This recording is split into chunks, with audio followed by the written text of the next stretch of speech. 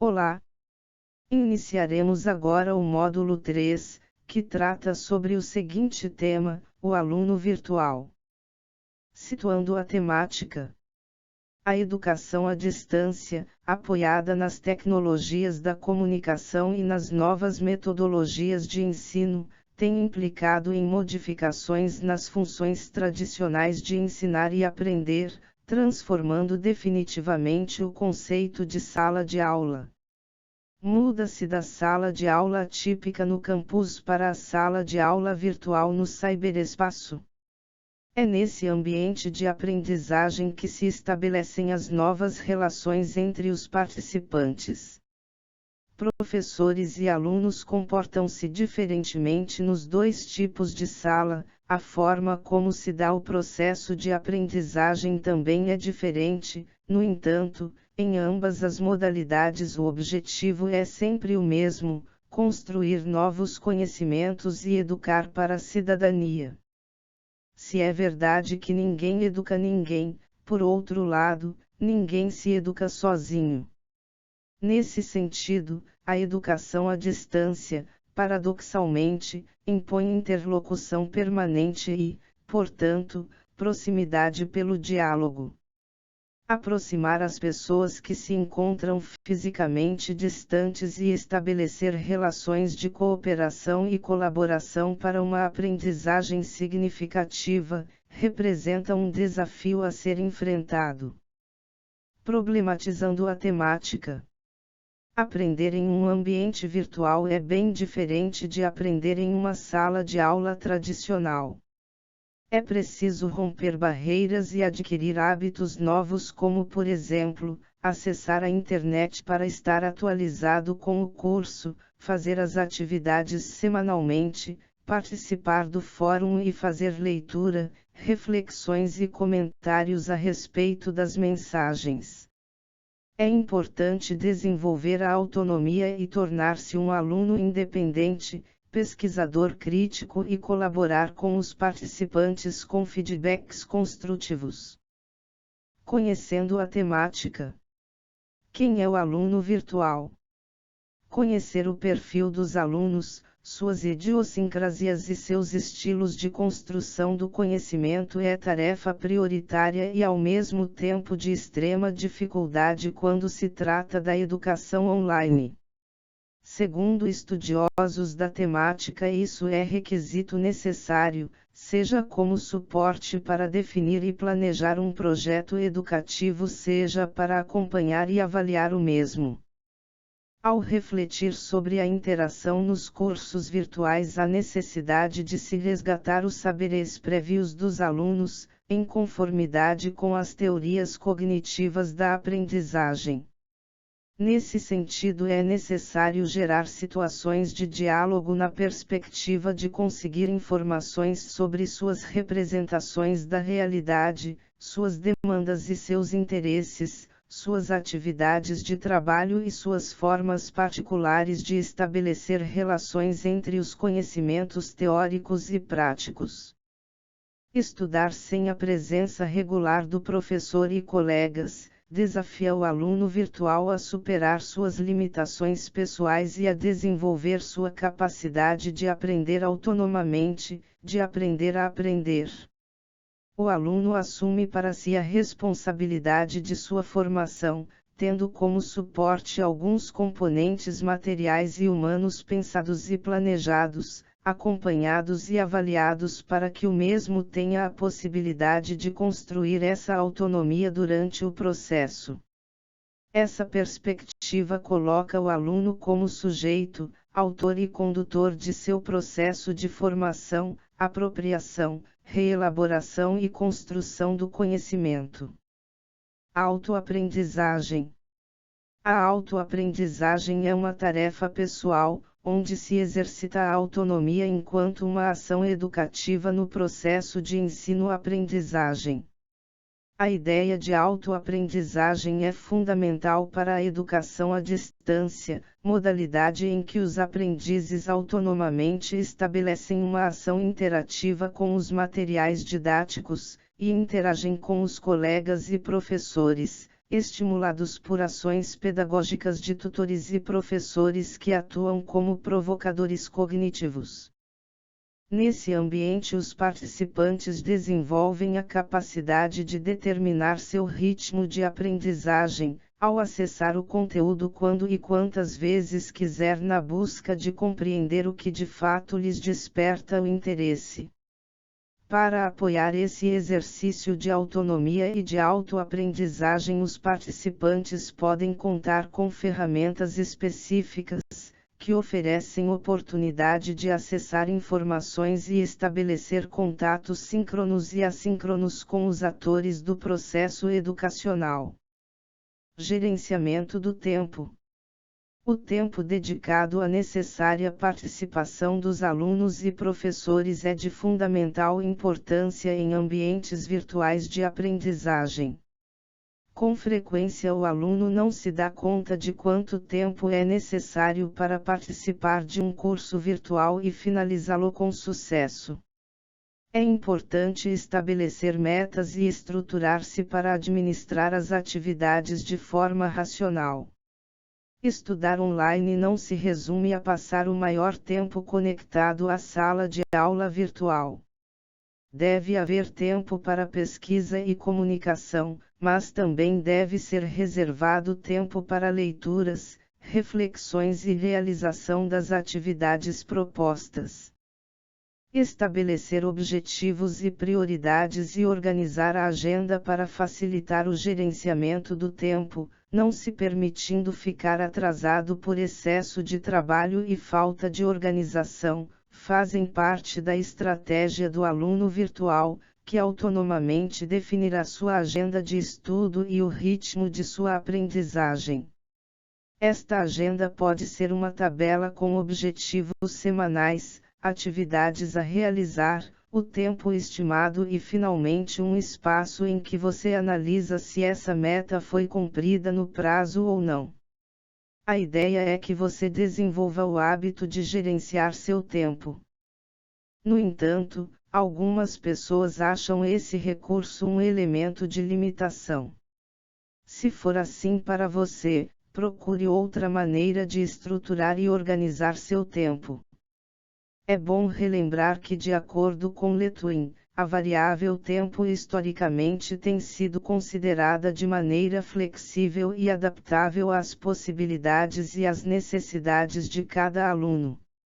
Lembramos que no ambiente Moodle, cada aluno possui um calendário pessoal onde poderá agendar suas atividades para não esquecê-las. Regras de convivência e ferramentas de comunicação. Neste espaço trataremos de questões relacionadas à propriedade intelectual e direitos autorais, que precisam ser observados na elaboração dos trabalhos, assim como as regras de comunicação online que devem nortear a vivência dos participantes na sala de aula virtual. Em EAD estimula-se bastante a participação, colaboração e interação dos participantes em listas de discussões, chats e fóruns. Estimulam-se ainda atividades em que os alunos se posicionem a respeito das mensagens dos colegas. É necessário saber como se expressar para que o outro entenda perfeitamente o que foi dito. É preciso ser claro para transmitir seus pontos de vista com eficácia. Outro ponto relevante está relacionado à propriedade intelectual e aos direitos autorais que precisam ser observados na elaboração dos trabalhos. Apresentamos a seguir algumas regras de convivência e ferramentas de comunicação online. Elas podem tornar a comunicação mais fácil, e representam um recurso para que os participantes possam manter boas relações no seu ambiente de estudo, seja como alunos ou como tutores. Ética e netiqueta. Segundo a Wikipédia, netiqueta é a etiqueta que se recomenda observar na internet. A palavra pode ser considerada como uma gíria, decorrente da fusão de duas palavras, o termo inglês net, que significa rede, e o termo etiqueta, conjunto de normas de conduta sociais. Trata-se de um conjunto de recomendações para evitar mal-entendidos em comunicações via internet, especialmente em e-mails, chats, listas de discussão, etc. Serve, também, para regrar condutas em situações específicas, por exemplo, ao colocar-se a resenha de um livro na internet, informar que naquele texto existem spoilers, citar nome do site, do autor de um texto transcrito, etc. Nenhuma sala de aula virtual é totalmente privativa, principalmente quando se estimula a aprendizagem colaborativa e a interação entre os participantes. As pessoas têm liberdade de visitar qualquer espaço permitido na internet. Porém, o que se observa frequentemente é um mau uso dos recursos de comunicação, acarretando em uma total invasão de privacidade, seja por violação de senhas, fraudes, assédio, perseguição, distorção nos conteúdos das mensagens, montagens fotográficas, dentre outras. Para garantir que a comunicação seja profissional e respeitosa, os alunos precisam ser orientados a usar uma comunicação adequada. É na forma de escrever e se expressar que você será conhecido pelos demais alunos do seu ambiente de aprendizagem. A netiqueta é um conjunto de regrinhas que devem ser seguidas quando se está escrevendo qualquer texto online para alguém. Elas são a etiqueta de quem navega na internet. Na nossa sala de aula devemos equilibrar o diálogo aberto com a cautela. Questões de privacidade e de liberdade de expressão merecem atenção. Os participantes devem ser estimulados a se expressarem livremente, mesmo que haja opiniões contrárias. Contudo, alguns limites devem ser determinados como, por exemplo, o uso de linguagem agressiva ou desrespeitosa que pode ter resultados desastrosos em uma comunidade de aprendizagem. Não existem políticas ou regras claras sobre questões legais envolvidas na aprendizagem virtual, porém, acreditamos que é fundamental refletir sobre que comportamentos são ou não são aceitáveis. Em caso de quebra de ética, o professor confrontará ou fará intervenções imediatamente. Para evitar qualquer transtorno, devemos sempre reconhecer os autores e suas ideias e respeitar os participantes em discussões online. Emoticons. De acordo com a Wikipédia, os emoticons são uma forma de comunicação paralinguística. Um emoticon, em alguns casos chamados de smiley, é uma sequência de caracteres tipográficos, tais como uso de pontuações para expressar emoções, ou, também, uma imagem, usualmente, pequena, que traduz ou quer transmitir o estado psicológico, emotivo, de quem os emprega, por meio de ícones ilustrativos de uma expressão facial. Exemplos: ideste sorrindo, estou alegre, estou triste, chorando, etc. Normalmente é usado por redes sociais e outros meios de mensagens rápidas. O nome emoticon deriva da contração do inglês emotion mais icon. De acordo com Palofi Prat, os emoticons são utilizados para suprir a impossibilidade de atribuir ao que se escreve um tom de voz, uma expressão facial ou linguagem corporal. Vejamos a seguir alguns exemplos apresentados pelos autores. Pause o vídeo para analisar melhor a tabela. Clareza. A clareza é uma qualidade de quem escreve bem e quer se fazer entender. A maior dificuldade que a maioria dos participantes de atividades online encontram é transformar as ideias em texto, utilizando palavras corretas no momento certo. Quando a palavra não expressa suficientemente o que ela quer dizer, o texto acaba transformando-se numa fileira de palavras desconexas e sem sentido. Isso acontece quando não organizamos as ideias antes de iniciar a escrita, escrevendo-a sem pensar no texto como um todo. Por outro lado, quando recebemos uma mensagem em que as ideias estão bem articuladas e a grafia está correta, conseguimos entender exatamente o que o emitente pretende nos dizer. Isso facilita a comunicação e evita conflitos. Na comunicação online, redigir com clareza é um aspecto crucial, uma vez que a comunicação é basicamente textual e é através do que escrevemos que as pessoas nos conhecem. Uma tática para ser claro na comunicação online é escrever em um rascunho, ler o texto em voz alta e passar um corretor ortográfico antes de enviá-lo. Quando lemos, fica mais fácil detectarmos onde a frase ficou mal escrita e confusa. Para ser claro no seu texto e na sua forma de expor suas ideias, é bom evitar o uso de siglas e abreviações. Nem todos conhecem as siglas que nós conhecemos e estamos acostumados a usar. É importante ainda destacar que na comunicação online você é percebido pelo que você escreve e assim, é importante cuidar das questões de ortografia, da articulação das frases e da gramática. Você certamente já deve ter recebido alguma mensagem cheia de erros gramaticais, e pode avaliar a dificuldade que isso pode acarretar, especialmente quando você não conhece o emitente. Citações.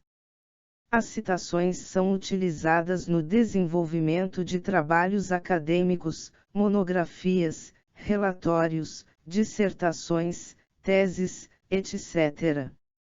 Também são consideradas como recursos importantes na comunicação online. Uma citação é feita quando inserimos no nosso texto partes do texto de alguém.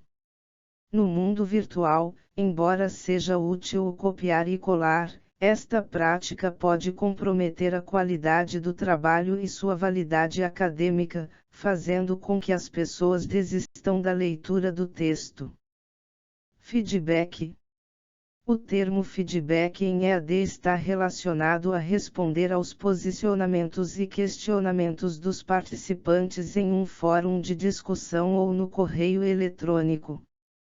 Em uma modalidade educacional que prioriza a aprendizagem colaborativa, o feedback é essencial para ajudar a aperfeiçoar a relação dos indivíduos com o grupo, ajudando-os a interagir socialmente, estimular e aprofundar as discussões sobre temas em estudo. Para que o feedback seja construtivo, deve haver uma relação de confiança e proximidade entre os participantes e o respeito às normas de convivência tratadas anteriormente nos itens clareza e netiqueta. Segundo Vygotsky, o desenvolvimento de atividades interpessoais possibilita mudanças cognitivas através da interação, com a consequente reelaboração e reconstrução das ideias.